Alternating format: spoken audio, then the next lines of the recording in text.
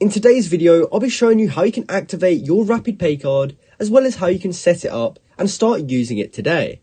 Now, this is a very quick and simple thing to do, so make sure you watch this video all the way to the end so you don't miss any important steps.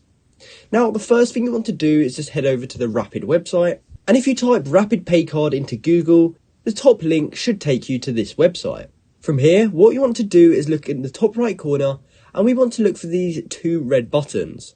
However, we're going to go ahead and click on cardholder/recipient login, which is this one right here. And from there, we get taken to this page where it's going to ask us to log into our account. However, we don't actually need to log into our account to activate our Rapid Pay card. So what we can do is go down to these two buttons down here. And as you can see, this option says add or activate your Rapid Pay card. So we're first going to click on this one here.